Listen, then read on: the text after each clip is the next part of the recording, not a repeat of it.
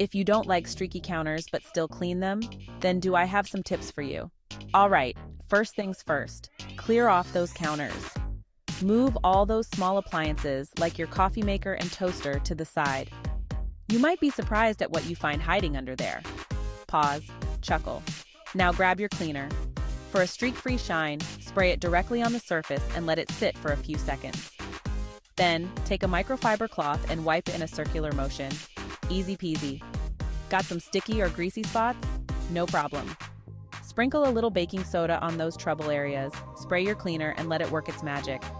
Wipe it up with a damp cloth and boom, no more gunk. And for those of y'all who love a good DIY cleaner, try this. Mix equal parts vinegar and water, add a few drops of your favorite essential oil, and you're good to go. Prefer store-bought? We love Method and Mrs. Meyer's. There you have it, folks. Now go on and enjoy those sparkling counters. Happy cleaning, y'all. Pause, chuckle.